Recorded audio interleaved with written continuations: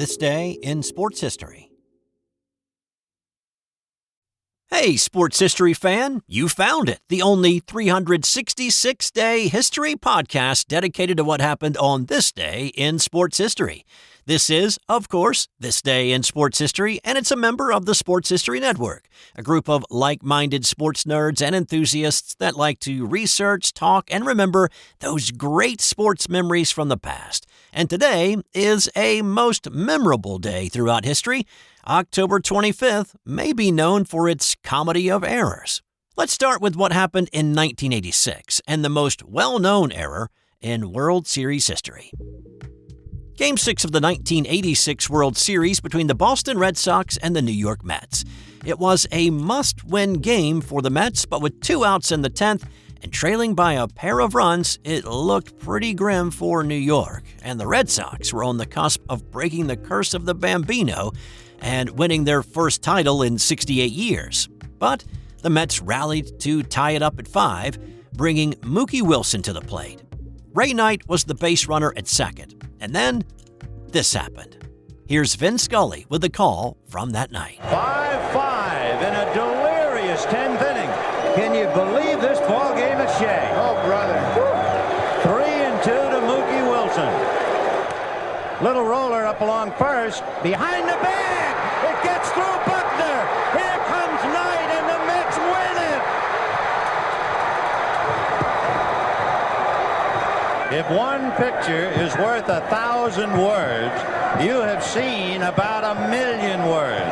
But more than that, you have seen an absolutely bizarre finish to Game 6 of the 1986 World Series.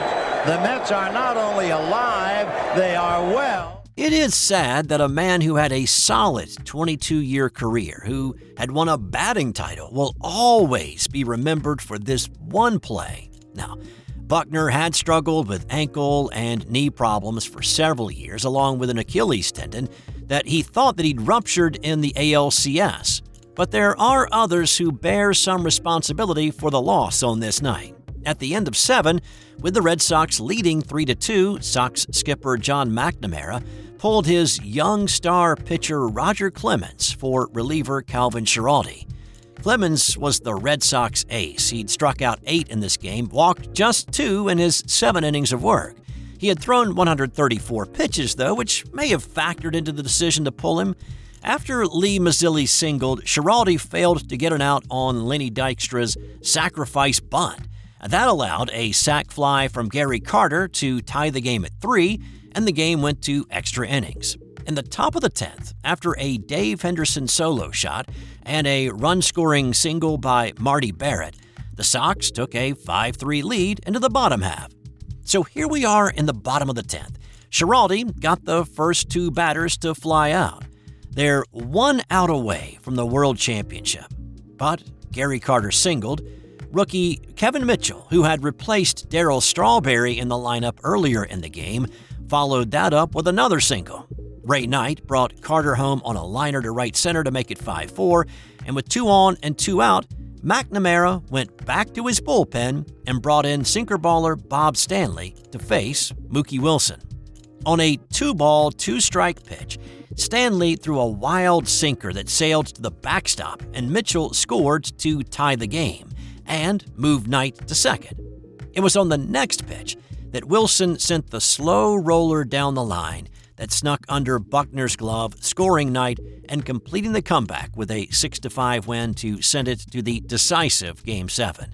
Of course, the Mets would win that one 8-5 2 nights later. So don't just blame Buckner. Schiraldi and Stanley share the burden of the loss as well. Or you could just say it was the Mets' destiny. Along with their comeback win on this day, they had 3 come-from-behind wins in their National League Championship Series against the Houston Astros. On this day in 1964, it was another guy who had an outstanding career whose one mistake defined his legacy. Jim Marshall set the NFL record for playing in 282 consecutive NFL games, and he still holds the record for fumble recoveries by a defensive end. But all of that is overshadowed by what he did on this day in the fourth quarter of a game against San Francisco. Here's announcers Lon Simmons and Russ Hodges calling the action for the 49ers that day. Straight back to pass. Throws, completes it to Kilmer up at the 30-yard line. Kilmer driving for the first down, loses the football. It's picked up by Jim Marshall, who's running the wrong way. Marshall is running the wrong way, and he's running it into the end zone the wrong way. Thinks he's scored a touchdown. He has scored a safety. As he picked up that fumble, he ran about 60 yards the wrong way, threw the ball up in the air in sheer joy. His teammates were running along the far side of the field, Russ, trying to tell him to go back. He paid no attention. I tell you, that's the funniest thing I've ever seen in my life. What a happy fella he was. Marshall said afterward that he did see his teammates waving their arms on the sideline, but he just figured they were cheering him on. Fortunately for the Vikings, it did not cost them the game. Minnesota held on for the 27-22 win. On this day in 2003, the Florida Marlins won their second World Series title in only their 11th year of existence. Their first in '97 was surprising because they were a young franchise and became the first wildcard team to win the championship. The '03 team was surprising due to the unlikely pairing of the then oldest manager to ever coach in a World Series game and a young team that could not collectively grow a full beard, and yet played fearless on the big stage. 72-year-old Jack McKeon was an old baseball soul who had coached in minor league backwaters and in the majors for San Diego, Cincinnati, and Oakland. But he was young at heart. Despite the generation gap or gaps, McKeon was able to relate to his bright young pitching staff that included Josh Beckett, Dontrell Willis, Carl Pavano, and Brad Penny. He kept the dugout loose, and the team played like it. McKeon had not started the year as the manager, though. When he came out of semi-retirement in May of that year to apply for a job with the Marlins, he figured he'd make a good scout for the team. Instead, he found himself in charge of a team that was 10 games back in the standings to standing on top of the baseball world. On this day, it was Game 6 at Yankee Stadium, and McKeon started Beckett on the mound on just 3 days rest. He just had a gut feeling, eschewing the stats that said pitchers starting in the World Series on just 3 days rest win less than a third of the time and give up an average of 6 earned runs a game. McKeon's hunch paid off, though. Beckett was masterful in pitching a complete game 5-hit shutout. The Marlins picked up a run in the 5th, added another in the 6th, and that was all they needed. The 2-0 win gave the Marlins their second World Championship in their 11th year as a franchise and gave McKeon his first World Series ring in his long journey of a career. He was the oldest to win it until 2022, when Dusty Baker led the Houston Astros to a championship at the age of 73. On this day in 2008, Texas Tech kicker Matt Williams hit 9 PATs in a 63-21 win over number 19 Kansas. Now, that may not seem like a big deal to you. The 8th-ranked Red Raiders scored 9 touchdowns. He's a kicker. Why shouldn't he hit 9 short kicks? Well, it's not what he did on this day that's the story. It's how he got here. 5 weeks earlier, Williams was just a regular Texas Tech student. He loved football and he played in high school, but back on September 20th, Williams was at AT&T Stadium to watch Texas Tech play the University of Massachusetts. Williams was the one guy that was picked from a crowd of 53,000 that day to participate in a between quarters contest to win free rent for a year. All Williams had to do was nail a 30-yard field goal to win the contest, and he did. The crowd cheered his good fortune, and Williams was on the phone calling his mom when a guy wearing a Texas Tech shirt hollered for him. It was a graduate assistant who told Williams that Coach Mike Leach wanted to see him. Williams hung up the phone with his mom and went to talk to Coach Leach. 5 weeks later, he was in a Red Raiders uniform kicking 9 extra points, and Leach was elated. After struggles with his starting kicker throughout the early part of the season, he was pumped to have a guy consistently kick it through the uprights. Williams finished out the season, and then he was the starting kicker in 2009 and again in 2010, all thanks to the moxie he showed in winning a kicking contest. And speaking of coaching Mavericks, How about what NBA coach Dick Motta did on this day in 1980?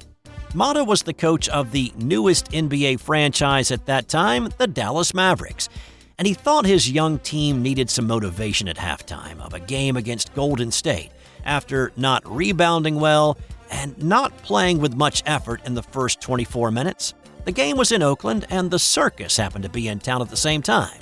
Motta, on his way back to the locker room, walked past a young lady in the hallway with a basketball-shooting monkey and a rebounding tiger on leashes.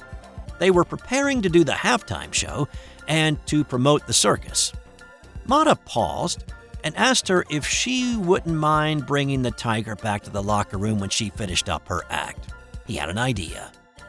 Jim Spanarkel was a Mav at that point, and he recalled that moment in vivid detail.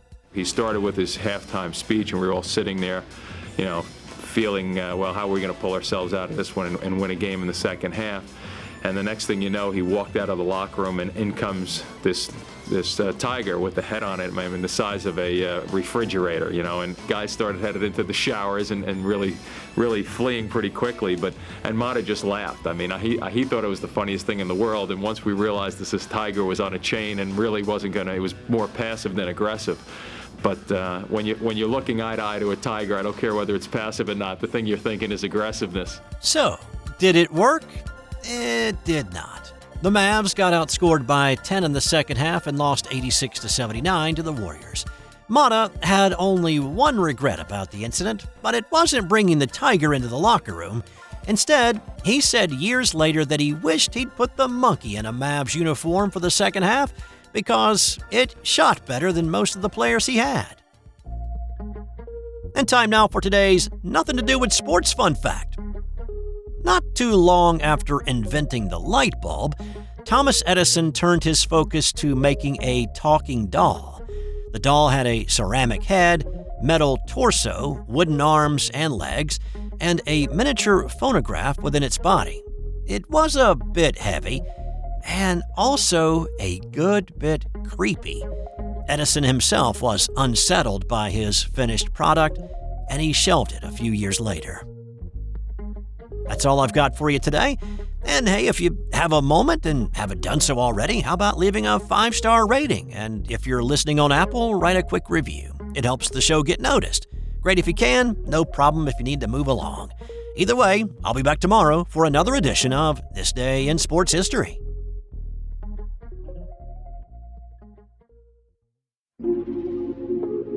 This has been an original Thrive Suite production.